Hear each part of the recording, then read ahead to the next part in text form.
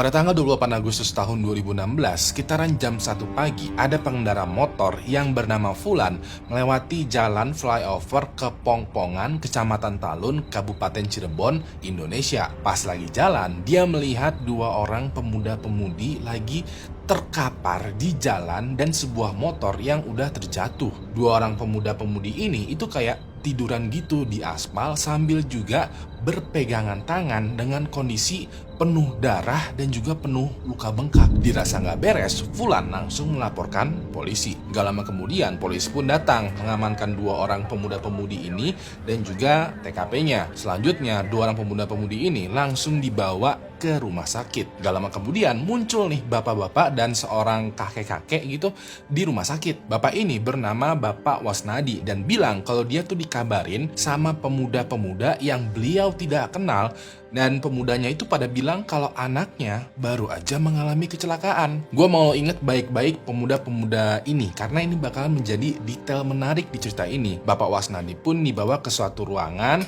dan pas itu hatinya bener-bener drop banget. Dia membenarkan bahwa orang yang ada di depannya adalah anak kandungnya sendiri yang bernama Vina. Pas itu Bapak Wasnadi ini benar-benar pasrah karena kondisinya Vina itu udah berlumuran darah dengan nafas yang sesak. Seketika itu juga Bapak Wasnadi langsung menghampiri Vina. Beliau berusaha kayak mendudukan, kayak membangunkan dan memeluk Vina yang lagi terkapar dan udah sulit nih bernafasnya. Tapi gak lama kemudian setelah Bapak Wasnadi bertemu dengan anaknya, Vina menghembuskan nafas yang terakhir. Usut diusut, ternyata Vina nggak sendirian pada saat kecelakaan. Pas di lokasi TKP, saksi mata kan bilang kalau dia melihat pemuda dan pemudi lagi terkapar di flyover. Dan bener banget, ternyata jenazah satu lagi yang sedang bersama dengan Vina di flyover adalah jenazah pacarnya Vina yang bernama Eki. Diketahui ya, berdasarkan podcastnya Curhat Bang Denny Sumargo, keluarganya Vina bercerita pada saat kejadian, Vina itu masih berumur 16 tahun. Dia bisa dibilang adalah seorang remaja yang pemalu, jarang mainnya cuma pas disamperin doang, dan ya seperti kebanyakan remaja pada umumnya lah. Beberapa orang bilang kalau Vina ini termasuk remaja yang cantik, semacam bunga desa gitulah. Lalu pada jam 7 malam di hari sebelumnya, sekitaran sehabis Isya, Vina ini izin keluar rumah sama keluarganya.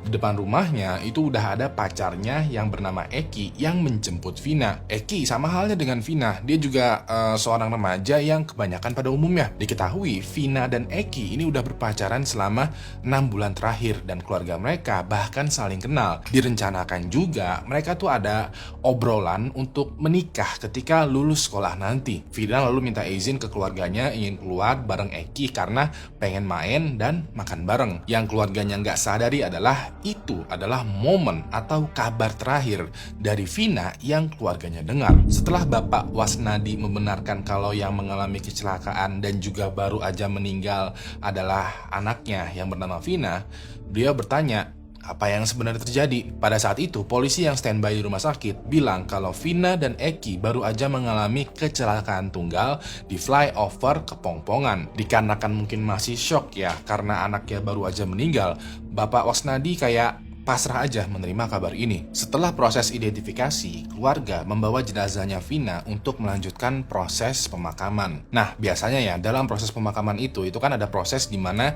jenazah itu dimandikan. Kebetulan yang memandikan jenazahnya Vina adalah neneknya Vina. Pada saat neneknya Vina sedang memandikan jenazahnya Vina, neneknya itu notice sesuatu. Katanya kan Vina itu mengalami kecelakaan tunggal, tapi kok lukanya itu kelihatannya parah banget. Waktu itu lukanya Vina itu bener-bener banyak bengkak gitu di sekujur tubuhnya, kayak lebam-lebam gitu. Kakinya Vina juga terlihat aneh, tangannya juga penuh luka dan tengkorak kepalanya juga retak. Lukanya Vina ini seakan-akan kayak bukan luka akibat terjatuh, tertabrak, atau kecelakaan motor. Sekilas aja lukanya Vina itu seperti luka seseorang yang habis dipukulin sampai meninggal dunia. Walaupun begitu, neneknya Vina kayak mengesampingkan pikiran-pikiran yang jahat inilah, pikiran-pikiran negatif. Dia berusaha positive thinking gitu aja ya bahwa mungkin kecelakaannya Vina ini beneran sampai parah banget. Sampai-sampai luka-lukanya itu pada menjalar tuh di seluruh tubuhnya Vina. Neneknya Vina pun melanjutkan proses memandikan jenazahnya Vina. Jenazahnya Vina akhirnya dikubur di sebuah tempat pemakaman umum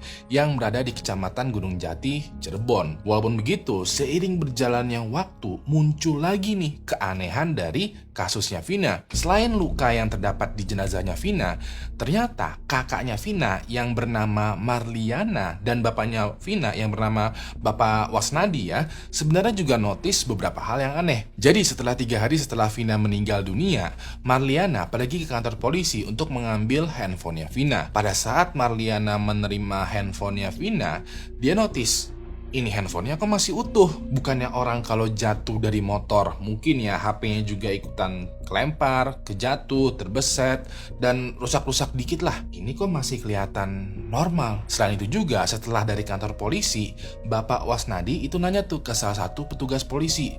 Beliau nanya, "Pak, kecelakaannya di mana?" Petugas polisi bilang kalau kecelakaannya itu terjadi di flyover. Ya udah deh, Bapak Wasnadi OTW menuju ke flyover, persisnya di flyover Kepompongan. Begitu tiba di lokasi, Bapak Wasnadi melihat tuh ada pasir yang menutupi bekas darah jenazahnya Vina dan jenazahnya Eki. Tapi yang membuat Bapak Wasnadi bingung adalah kok trotoar atau tiang listriknya itu masih utuh.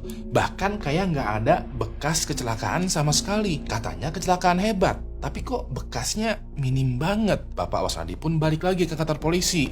Beliau kali ini nanya, dia ingin melihat motor yang digunakan Vina dan Eki kemarin malam. Dan ternyata pas dilihat motor yang digunakan itu masih kelihatan normal aja, nggak ada besetan, goresan, ataupun bekas kecelakaannya. Kalaupun ada goresan, itu adalah goresan yang udah ada sebelum kecelakaan terjadi. Marliana dan Bapak Wasnadi semakin curiga dong, kan katanya kecelakaan motor hebat, tapi motornya kok masih utuh, HP-nya juga masih mulus dan nggak ada besetan sama sekali. Kayak ini semakin aneh nih. Karena udah nggak ada urusan lagi di kantor polisi, Marliana dan Bapak Wasnadi pulang nih. Cuman dengan perasaan yang bertanya-tanya karena ada banyak banget tuh kecurigaannya. Sampai sekitaran jam 1 pagi, Marliana mendapatkan telepon dari kakak temennya Vina. Jadi Vina ini tuh kayak punya teman yang bernama Linda. Dan kakaknya Linda lah yang menelpon Marliana. Waktu itu kakaknya Linda bilang kalau Linda sekarang lagi kesurupan. Ya udah deh, Marliana dan Bapak Wasnadi langsung OTW menuju ke rumahnya Linda. Nah, bagian dari cerita ini bisa dibilang sangat tidak masuk akal, tapi inilah yang terjadi. Bisa dibilang ini udah masuk ke bagian atau ke momen yang percaya nggak percaya nih. Jadi begitu Marliana dan Bapak Wasnadi sampai ke rumahnya Linda, ternyata Linda lagi kesurupan, lagi kemasukan, dan tubuhnya Linda itu lagi kemasukan korinnya Vina. Buat yang belum tahu, korin adalah sebutan untuk makhluk gaib yang biasanya merujuk ke jin yang selalu mendampingi manusia. Jadi dikabarkan ya, setiap ada satu manusia itu juga ada satu korin. Tugasnya korin ini kayak ngikutin manusia, entah itu bisa menjerumuskan ke dalam keburukan atau mengajak ke dalam kebaikan. Intinya korin itu adalah jin yang selalu mendampingi manusia. Nah, kalau manusianya udah meninggal, maka korin dari manusianya itu akan tetap hidup dan menunggu di kuburan manusianya. Pada saat Marliana dan Bapak Wasnadi bertemu dengan Linda yang lagi kemasukan korinnya Vina, mereka melihat perilaku, tangisan, gaya bicara, dan logatnya si Linda itu semuanya mirip dengan Vina. Linda, sengaja ya gue pakai tanda kutip karena dia lagi kesurupan Korina Vina, yang kemasukan ini tuh kayak menangis dan memberitahu kepada semua orang yang di sana untuk tidak terkecoh oleh polisi. Linda bilang kalau dia itu tidak kecelakaan, melainkan disiksa, dilecehkan, dan juga dibunuh. Linda dengan secara detail menceritakan bahwa di akhir hidupnya dia dipukulin menggunakan batu, balok, ditutup matanya, dilecehkan, disiksa, dan dibunuh, lalu dibuang begitu aja di jembatan flyover. Pas lagi bercerita, orang yang ada di sana sempat merekam tuh semua yang diceritakan oleh Linda. Berikut adalah rekaman suaranya. Berapa orang yang anuin Dede tuh? 12 orang. Tangan Dede dipukul pakai balok gede. Dipukul tangan Vina patah.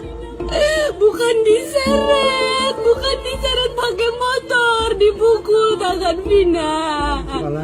Kepalanya sih Dede, kepalanya kenapa? Diapain Dede kepalanya? Tadinya dibenturin kemana? Ke motor, terus ke aspal.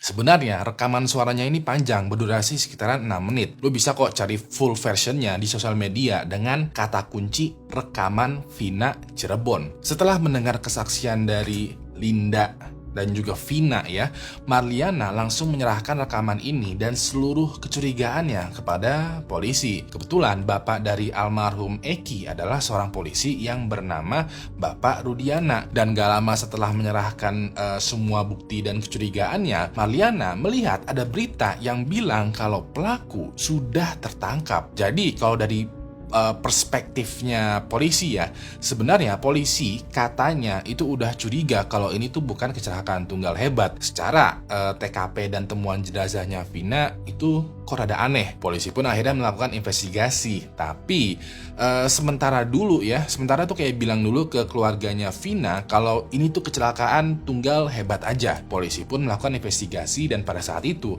mereka sempat mengulik info dari beberapa warga sekitar. Pada saat itu ada seorang tukang sate yang kita sebut saja sebagai Fulano memberikan kesaksiannya. Fulano bilang pada hari Sabtu tanggal 27 Agustus tahun 2016 memang ada satu geng motor gitu yang konvoy dan sepertinya lagi kejar-kejaran. Fulano bahkan juga tahu tuh markas atau base camp dari geng motor ini. Polisi pun gercep menuju ke lokasi yang diketahui berada di Jalan Perjuangan Majasem, Kecamatan Kosambi, Cirebon. Begitu sampai di lokasi, polisi melihat ada sekitaran 7 orang pemuda yang kondisinya itu benar-benar kacau balau. Mereka kelihatan pada teler karena diduga habis pesta minuman keras. 7 orang pemuda ini langsung diringkus polisi dan seluruh benda yang ada di sana disita semua untuk pemeriksaan lebih lanjut, termasuk juga handphonenya. Nah, pada saat handphonenya diperiksa, polisi menemukan beberapa chat yang berisi rencana-rencana mereka untuk menganiaya Vina dan Eki. Dari sinilah polisi semakin yakin kalau 7 orang ini adalah pelakunya. Nah, setelah interogasi lebih lanjut,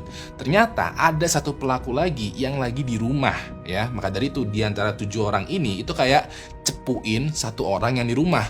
Satu orang yang di rumah ini pun dijemput dan total pelaku yang ditangkap sekarang menjadi 8 orang. 8 orang tersebut adalah Sudirman yang berumur 19 tahun, Supriyanto yang berumur 20 tahun, Rivaldi Aditya Wardana, Hadi Saputra, Jaya Eka Sandi yang semuanya berumur 23 tahun, Eko Ramadhani yang berumur 27 tahun, dan ST yang masih berumur 15 tahun, masih di bawah umur. Ketika diinterogasi polisi, mereka semua mengakui perbuatannya bahwa merekalah yang telah menganiaya, melecehkan, dan juga membunuh Vina dan Eki. So, berdasarkan interogasi, kesaksian pelaku, dan info pemberitaan, berikut adalah apa yang sekiranya sebenarnya terjadi dengan Eki dan Vina di malam kejadian.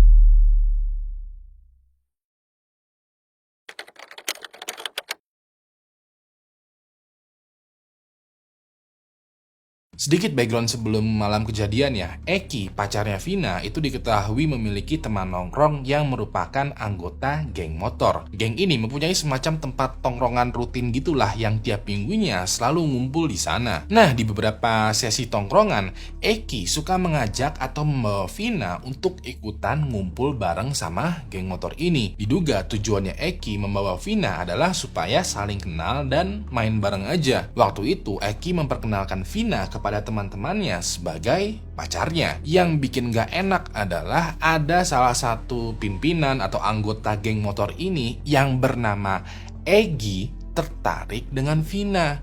Ketertarikan Egi ke Vina awalnya biasa aja karena masih dibilang wajar ya, karena si Vina tuh emang memiliki perawakan yang cantik dan good looking. Pas itu Egi ke Vina masih ceng-cengan doang, kayak bercanda akrab lah. Tapi makin lama bercandanya Egi itu semakin keterlaluan, sampai-sampai malah mengarah ke pelecehan verbal.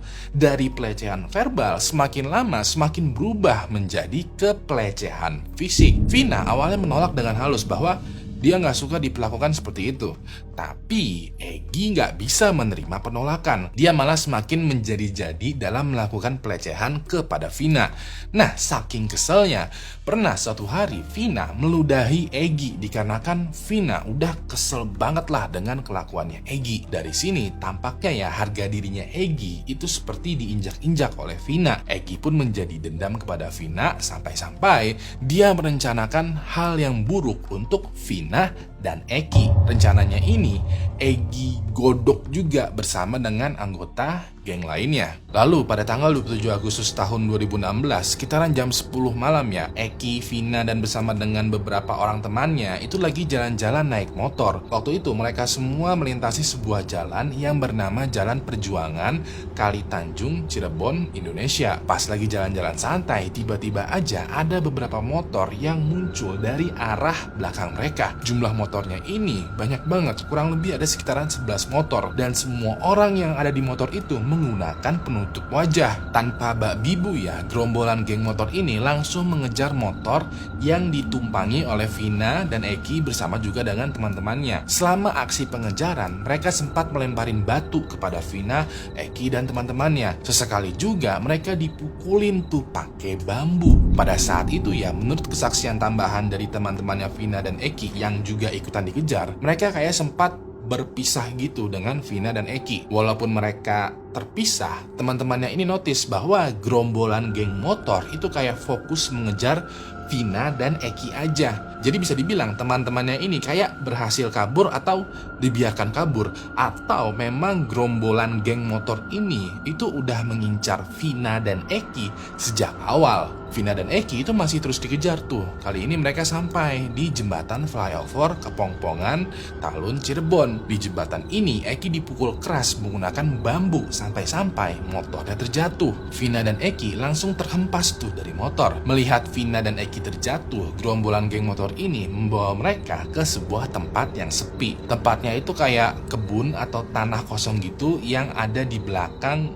gudang yang letaknya berseberangan di sebuah sekolahan yang ada di kota Cirebon. Pada saat itu, kedua mata Vina dan Egy itu ditutupin sengaja supaya identitas gerombolan geng motor ini tidak diketahui oleh mereka berdua. Begitu semua udah siap, gerombolan geng motor langsung melakukan pemukulan secara bergiliran kepada Egy. Aksi penganiayaan terhadap Egy awalnya menggunakan tangan kosong aja, tapi semakin lama aksinya ini terus meningkat. Yang tadinya menggunakan tangan, sekarang menjadi menggunakan bambu dan lama-lama menggunakan balok kayu. Gara-gara dipukulin secara terus-terusan, tangan, kaki, dan kepalanya Egy itu dia akhirnya mengalami luka berat. Ujung-ujungnya Egy yang bertubi-tubi dianiaya lama-kelamaan meninggal dunia. Setelah itu mereka juga melakukan hal yang mirip terhadap Vina. Bedanya adalah sebelum melakukan penganiayaan, mereka semua terlebih dulu melecehkan Vina secara bergantian. Vina berkali-kali itu pingsan bangun akibat dipukulin dan juga dilecehkan. Nah, pada saat aksi tersebut, penutup matanya Vina itu sempat terbuka, dan waktu itu dia melihat ternyata yang melakukan aksi penganiayaan dan juga pelecehan terhadap dia dan Egy adalah Egy beserta dengan geng motornya. Naasnya adalah karena Vina telah berhasil melihat para pelaku, dia pun ikutan dibungkam untuk selamanya. Dengan cara yang sama, tangan, kaki, hingga kepalanya Vina dihajar menggunakan balok kayu sampai-sampai Vina menjadi kritis. Beberapa info menyebutkan kalau yang dibunuh pertama itu adalah Egy, lalu Vina yang dibuat kritis. Beberapa info lain menyebutkan kalau sebenarnya rencananya itu si Vina dan Egy cuman pengennya tuh dibuat kritis aja, cuman pengen dipukulin aja. Tapi gara-gara mereka berdua berhasil melihat para pelaku, jadinya mereka dibungkam. Beberapa info lain menyebutkan kalau Egy ini dipaksa dulu untuk menonton Vina yang lagi dilecehkan, baru sehabis itu dieksekusi deh oleh Egy dan juga geng motornya. Yang jelas pada malam itu benar-benar malam yang tragis buat Vina dan Egy. Setelah menghajar habis Vina dan Egy, para pelaku berusaha ngebuat alibi. Mereka entah gimana caranya membawa Vina dan Eki ke jembatan flyover Kepongpongan, tempat di mana Vina dan Eki terjatuh dari motor. Pas itu mereka kayak meninggalkan atau membuang Vina dan Eki begitu aja di jalanan flyover. Hanya saja Vina belum sepenuhnya kehilangan kesadaran. Di momen-momen terakhir dalam hidupnya, dia sempat merangkak ke arah jenazahnya Eki dan memegang erat tangannya. Gak lama kemudian, Vina tidak sadarkan diri di dekat tubuhnya Eki. Mereka berdua pun ditemukan oleh Fulan, seorang pengendara motor yang kebetulan lewat di jalan flyover pada malam tersebut. Lalu, entah untuk alibi atau untuk apa ya, ada beberapa pelaku yang mendatangi rumahnya Vina pada sekitaran jam 1 malam. Beberapa pelaku ini bilang ke keluarganya Vina kalau dia dan Eki sekarang lagi di rumah sakit karena mengalami kecelakaan tunggal. Yes, bisa dibilang yang memberitahu keluarganya Vina bahwa dia sedang mengalami kecelakaan adalah beberapa orang dari pelaku. Walaupun begitu, keluarganya Vina ini nggak curiga karena mereka masih belum tahu apa-apa. Yang mereka tahu adalah Vina sekarang lagi di rumah sakit dan mereka mesti segera ke sana. Seperti yang gue ceritakan di awal cerita ya, begitu mendengar berita ini, Bapak Wasnadi beserta dengan kakeknya Vina langsung segera berangkat menuju ke rumah sakit. Dan seperti yang lo ketahuin, Vina meninggal dunia beberapa saat setelah bertemu dengan ayahnya di rumah sakit. Lalu, tahu nggak yang bikin kesel tuh apa? Berdasarkan kesaksian dari 8 orang yang tertangkap, ternyata otak dari seluruh rencana penganiayaan, pelecehan, dan pembunuhan ini semuanya adalah Egi, orang yang katanya suka dengan Vina.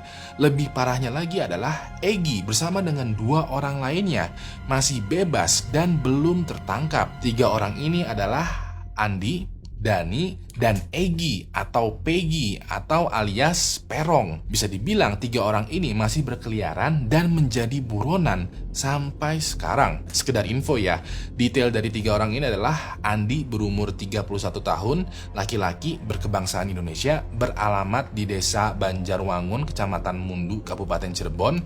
Dia memiliki ciri-ciri fisik berupa tinggi badan 165 cm, badan kecil, rambut lurus, dan kulit hitam. Dani berumur 28 tahun, laki-laki berkebangsaan Indonesia dan beralamat Desa Banjarwangun, Kecamatan Mundu, Kabupaten Cirebon. Dia memiliki ciri-ciri fisik berupa tinggi badan 170 cm, badan sedang, rambut keriting, dan kulit sawo matang. Peggy alias Perong alias Egi berumur 30 tahun, laki-laki berkebangsaan Indonesia dan beralamat di Desa Banjarwangun, Mundu, Cirebon. Dia memiliki ciri-ciri fisik berupa tingginya tuh 160 cm, badan kecil, rambut keriting, dan kulit hitam. Setelah melalui proses hukum yang panjang, 7 orang tersangka akhirnya divonis hukuman penjara seumur hidup. Sementara salah satu pelaku yang masih di bawah umur hanya divonis 8 tahun penjara. Cuman dia dikabarkan sudah bebas tuh sekarang. Walaupun begitu, kasusnya ini tuh belum selesai. Selain 3 orang yang masih menjadi buronan, ada banyak kejanggalan di dalam kasusnya Vina yang mesti lo perhatikan baik-baik.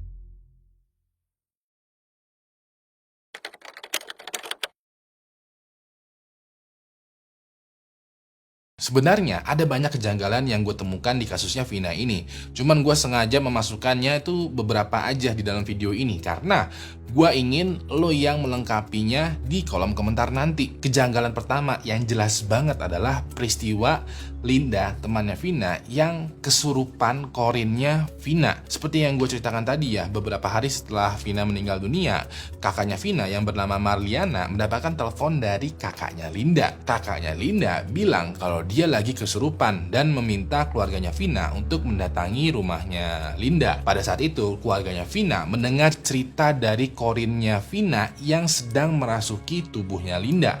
Kebanyakan dari cerita ini itu direkam dan viral di internet. Tapi ini bukan kejadian sekali aja, melainkan 2 kali kejadiannya. Jadi berdasarkan cerita dari ibunya Vina, Ibu Sukaisih, di podcastnya Curhat Bang Denny Sumargo, ibunya tuh cerita waktu itu pada saat Vina dikabarkan meninggal dunia, ibunya Vina, Ibu Sukaisih, itu lagi kerja di luar negeri. Karena beberapa alasan, Ibu Sukaisih belum bisa langsung pulang ke Indonesia pas hari itu. Beliau baru bisa pulang ke Indonesia sekitaran 40 hari setelah Vina dimakamkan. Pada saat pulang ke Cirebon, Beliau disambut nih sama Marliana. Baru aja mau buka sepatu, Marliana mendapatkan telepon lagi dari kakaknya Linda. Dalam teleponnya ini kakaknya Linda tuh bilang, "Halo Mar, ibu kamu udah pulang tah?" Marliana jawab dengan rada-rada bingung, kayak, "Loh, kamu tahu dari mana?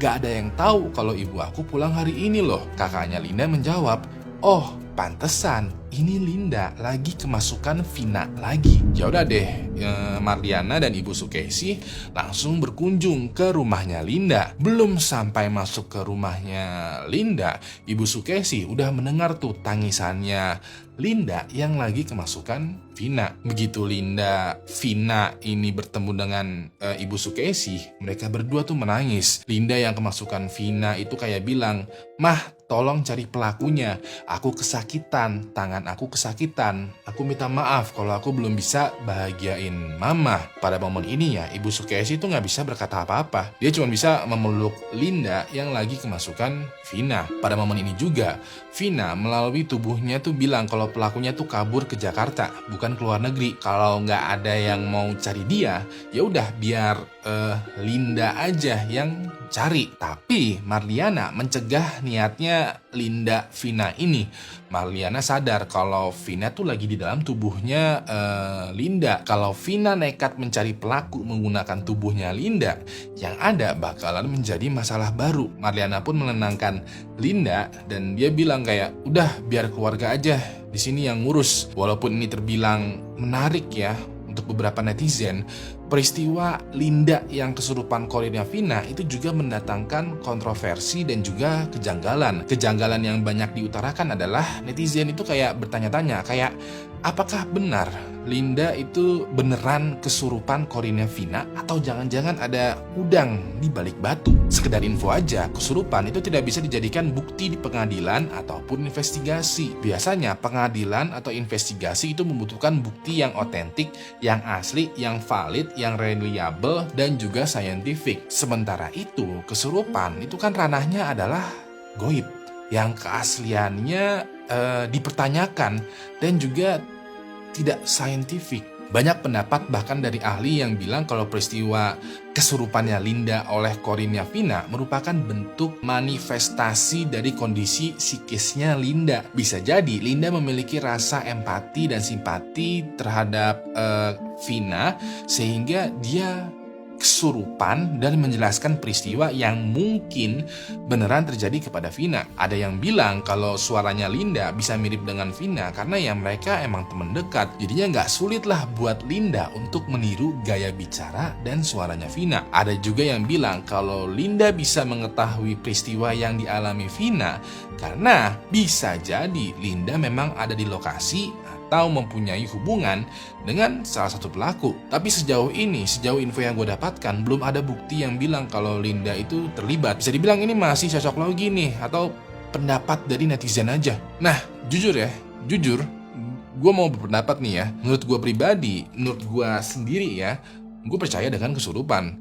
Gue percaya dengan gaib dan sebagainya, karena sebagai seorang muslim, gue percaya tuh dengan dunia gaib beserta dengan semuanya. Gue percaya bahwa ada beberapa peristiwa di dunia ini yang beneran terjadi, yang kesannya itu rada aneh dan sulit dicerna oleh akal sehat karena peristiwa tersebut adalah peristiwa gaib yang emang sulit untuk dijelaskan. Salah satu contoh kasus yang mirip dengan kasusnya Vina dan Eki adalah kasusnya Teresita Basa. Sedikit banyak tentang kasusnya Teresita ya.